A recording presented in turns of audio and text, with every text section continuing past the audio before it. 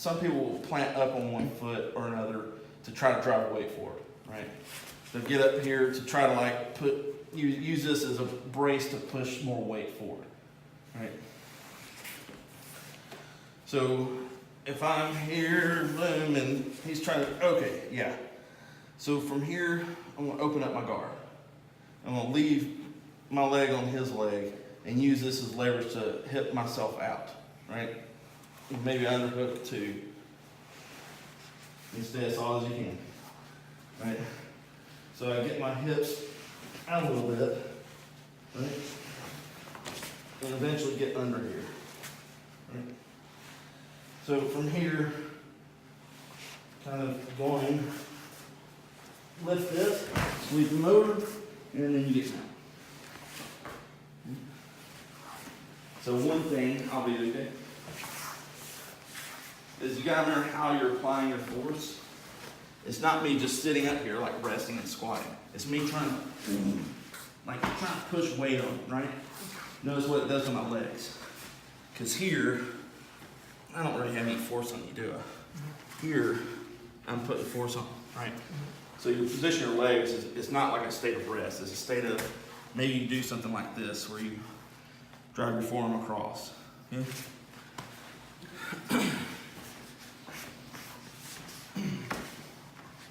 So, whatever's happening, you're fighting, he's trying to put force and weight on you, right? Yeah. So I open this up, yeah, keep it right here. Because you got your goal, right? So I use this to hip out, right? And it may take a couple times. Hook my leg underneath, and I hook with my ankle, right? Now, one thing is I gotta clear this hand because you can post with this. So I've got to clear that somehow. You maybe I come up somehow. And then chop here and lift here. And then ride him up. It's mostly the legs. Right? If I can get his, if I can lift him here, he starts to get light on the other one. Chop it. He starts to go anyway, and then we just ride up on him. Is this leg, right? So here, okay, when I get there, I gotta take care of the planted arm. It's kind of taken care of. If he's like keeping this, as long as I can keep that under control, and I may have to like slide a little bit more to my side. So now he's doing something, like being active, yeah. This is one thing about being an uke is don't die. Don't just kind of flop around as, if I move you, so what? Right. So, sorry about the going there. That's why you should get a cut. Right. So I'm not in the bad position I was in. We'll deal with this some other time. So, if, let's say you're going into position, over here, and I decide, okay, well, hip out. I get under there, right? I gotta chop this the right time. If he's that low, because he fell over, then yeah. This is one thing why I'm saying, like, you're letting your leg die. You're here, and as soon as I move, you're just going and laying there. Then I don't have sweep. I want you to stay active. Right? You're not just going to die. Yeah, I'm heavy and my legs are heavy, but you're not just going to give up, right? So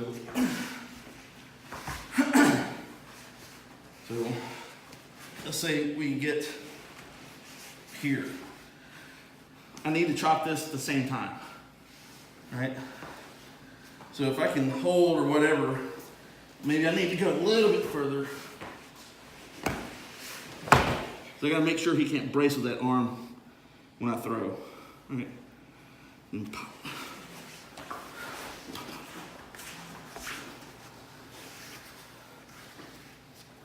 This plays out better when you actually roll with it. Or I mean like, uke's active and has an opposing wheel. So I've used this before, several times. So get up here and throw things. And you may have to hip out 2 or 3 times to get the position that you want before you lift. Anyway, keep trying. So like the other one, for the elevator sweep, the indicator is him lifting the leg. That gives you the opportunity to do that sweep. Sometimes you don't have that. Sometimes you have a guy who's smart and he's staying upright.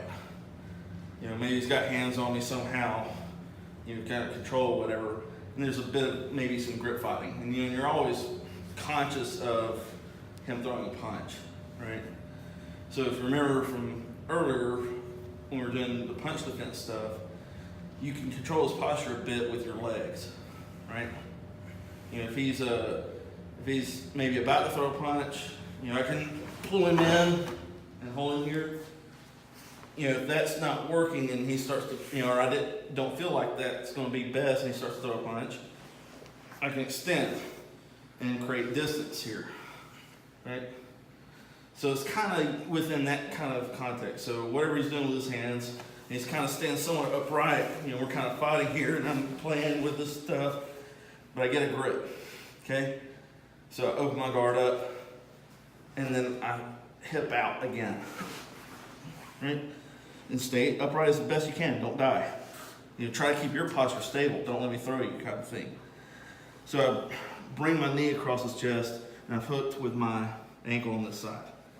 So from here, I need to bring him somewhat forward and up to make him break his posture a little bit, right? So I do that with my spine. And then this chops again. And scissor sweep. Okay. So at some point you get a grip. However you get it, doesn't really matter.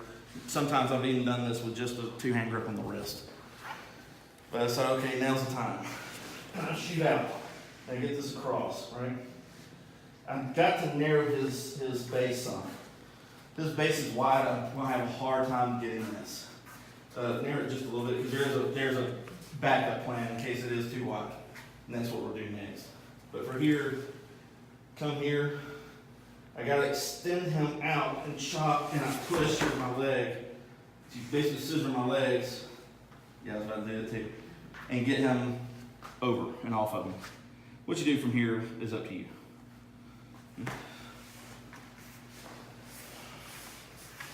So it's when he's keeping his position kind of, I mean, you can do this if he's a little bit low. It's just hard to get your leg in, right? We're here, shoot out. Oh, there we go. And then you can ride it up on him. So as I lift this arm or wherever this side is, as I extend my spine and lift him, I kind of bring him up also with the foot that's kicking across. Right? So kind of lift him with that, because then it's easy to do. Right? And then from there, you just whack. And so you're not just like letting him rest on you and then trying to chop him in. That won't work. You kind of bring him up with your leg as well.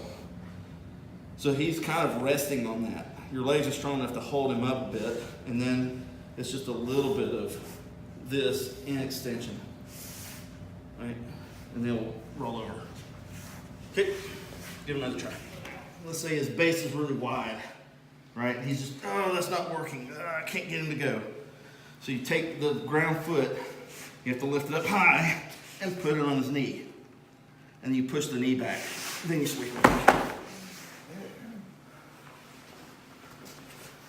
This one may suck, especially if you have holes in your knees. Pat burn. But you get there, you have to clear it. This is why you have to have enough space between you. It's the same space you do a scissors whip, but like maybe his base is too wide or he's too heavy. So you have to clear this out enough to get your foot onto his knee. And basically you slide his knee and extend his arm. And then you get that same effect as if they're here of doing this. Gravity will take over. And you just help them a little bit with the kick that's hooked so that they actually roll, right? So basically you're extending one side of their body completely and gravity will take over and they'll roll. You just use the other leg to make sure they roll enough. Or you can use it to climb up on top of them or break contact. throw them enough that a gap is created, you can get out of there. So one time. So here, whatever we're doing. And another way to set this up is have him down, he doesn't want to be here. And so now I can get across, right? Maybe I just feel like, this guy's heavy, he's really solid, so maybe I just go here anyway. And you extend this out and then kick him off. There's some other sweeps, and we'll get to like some of the grounded ones where you're on the ground and they're standing, and how to sweep them from there.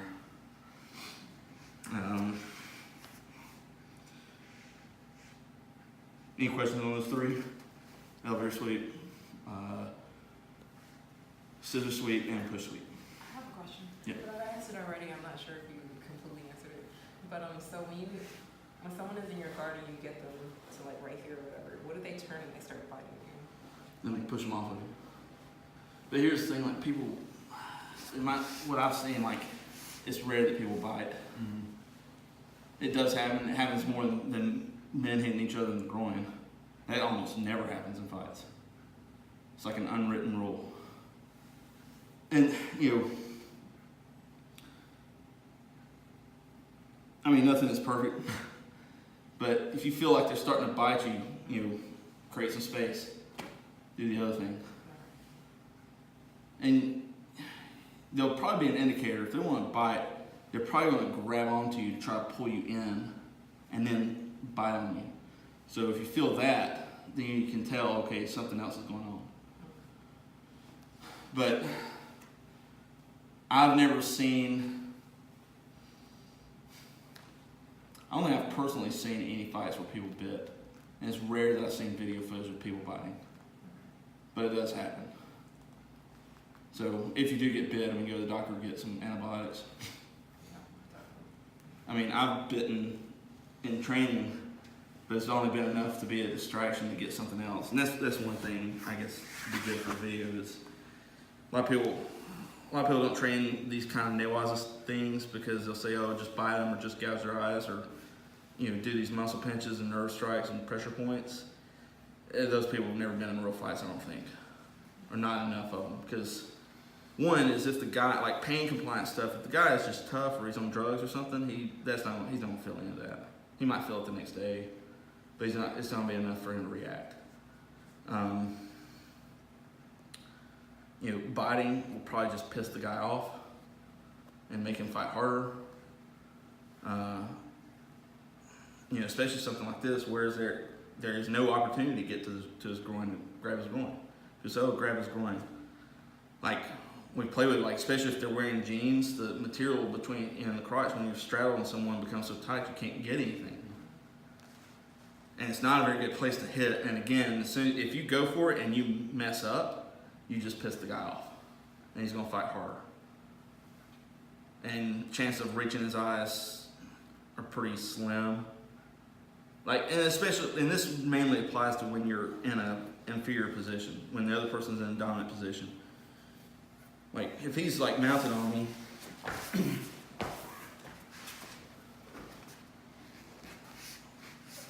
getting to his groin even there is kind of tough. I can't really get to him very well. What about eye gouging? I can't even reach him. This is just gonna tickle him, right? If he even feels it, right? There's no nerve strikes. Not really. Not anything that's going to really hurt him. And he's got all the power and everything. So all that type of stuff, what am I going to bite? And then, as I'm biting this one, he knocks me out with the other one. So dirty tags like that. Also, there's the one coach, like an MMA coach, I think. He calls it the Jedi mind trick. That is, whatever idea I come up with and I try on him, he now has that same idea. So if I try to hit, if I try to bite him, or let's say I try to gouge his eyes and he realizes what I'm doing, he's like, oh, you want to play that game? Okay. And then he actually rips my eyeballs out because he's got the better position. So people who think that stuff they have not trained with people who are skillful at it. Like, it doesn't work. So the better strategy is learn fundamental principles that actually help you escape. That's your best bet. That kind of went down a tangent, but, and there is no guarantees. He might bite you. Occasionally, maybe an eye gouge does work sometimes, but it's not reliable. It's not like high percentage. It's better to learn, if you're in the mount, better to learn just how to escape properly versus relying on like an eye gouge or fish hooking them or some kind of dirty tactic.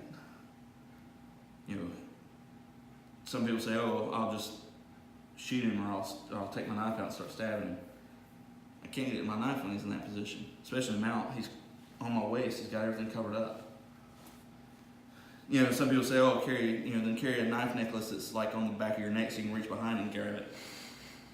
You do this, he's gonna see it, and he's probably gonna figure what's going on, and maybe stop you if he's skillful. Plus, I'm not gonna carry around 5 knives. Just not gonna do it. I don't want to live that way. That's too much junk. It's too much junk for me to keep up with. And what if one of the bad guy finds it? I've got so much crap on me that he finds it and then stabs me with my own weapon. So anything can happen, but I'd rather stick to best practices. So I don't know if that answers your question or not. You answered it in the beginning. Yeah. I know I went down a tangent, but that's one thing, like, while we're training this way and having it where we kind of frustrate each other a bit, is so that you let go of the frustration. Because, like, you have to go into, like, when you're trying to apply a technique, you have to go into it knowing that the other person might shut it down. And so you quickly transition to another technique. That's why you train multiple techniques. But if you never train in such a way that your partner can shut down certain techniques, like you'll get stuck. Like in a real fight, you'll get stuck on why that didn't work. So that was back to training in such a way that the opponent has an opposing will. At first it's compliant, but later it has to become where they're resisting it a bit. So that you really learn the timing of when to apply it. That's probably the most important thing, is knowing when to do it. If you just normally when people train, their techniques are always successful. And you can intellectually understand that, no, that doesn't always happen. But that's not the same as feeling when it doesn't happen. Like when you're actually physically moving and they shut down technique. And so you have to practice failing in such a way that it no longer bothers you. I tried this technique and it didn't work. Oh, no big deal, let's go to something else. Whereas a lot of people, when they try it, they try harder. It still doesn't work, and then they'll get panicky, even in training, not even counting a real fight. They'll get panicked in training and hurt somebody. There's a time where a couple guys were training, and I don't know, I wasn't there when it happened. I saw the results. I saw a big cut on a person's nose here, where these 2 guys were training. One of them was pretty high level. They were both decently high level. And whatever happened, the technique didn't work. The one guy panicked, so he sped up. The technique didn't work, and he sped up, and he headbutted and broke his partner's nose. And it's like, wow, that's not good. Training should hurt. It should be painful at times, but you should never get injured in training. What's the point? If you're injured in training, well, then you'll have time where you can't train because you're having a recovery from the injury. And for a lot of people, that's the end of their training career. It can be an injury, or it can be some, I got busy with work this week and you never see them again. So it takes persistence. And that's part of it. It's not just the frustration of techniques failing, it's the frustration and the sacrifice to actually make it to training. So, yeah. start with that. So it's kamai, right? Yeah. So it's kind of here, like Hicho, right? So Hicho is here. That way I seduce him into punching lower. One, if I put it right in front of the target, he's not going to punch there. He's going to punch me in the face. Right? That's also why I'm making him cross this line. It's just now I'm doing it where it's low. Right? So he punches, I can gauge that and then catch. Okay? It's not just catching a random punch. You're setting this up in such a way that he'll punch there. Or at least increase the likelihood. If he punches your face, well, you've got a guard in place already. Right? So, boom. And that's where you have this, right? Check. And then you can drop. And be ready for him to fall.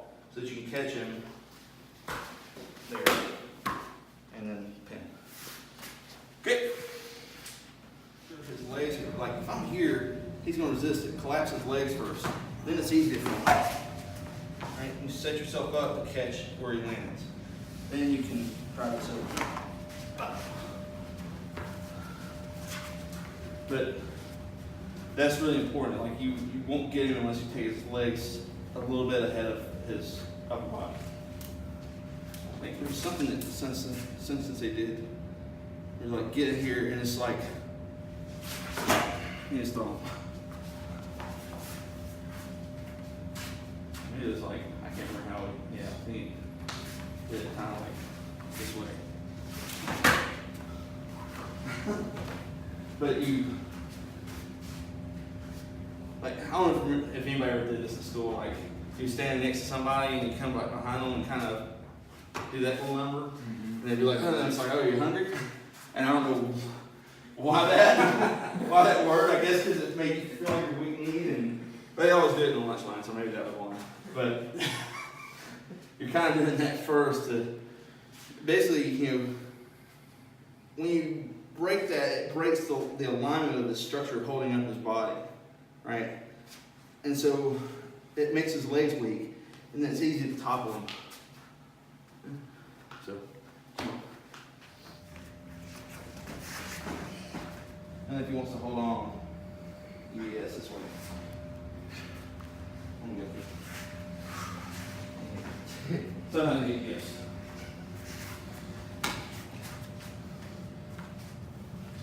Check here.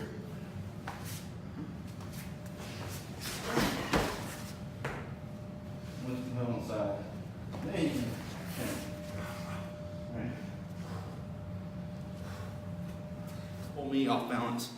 Or am I just hooking and he starts to pull back and it's like, okay, where's the next thing? Right. And then you go this one. And he wants to get away. So you run away. So you have to be able to let go. Like you're not, like when you, let's turn this way. When you take something like this, when you catch like this, like Nagasaki is a catch, no catch. It's like you're catching it, but you're not catching it. Like another way to look at it is you're creating connection, but you're not attached. It's a connection, but not an attachment. So, because it's connection and not attachment, when he pulls it back, you can let it go. So, as you come across, bah, you hit that one. And then, so, you have to be able to let go.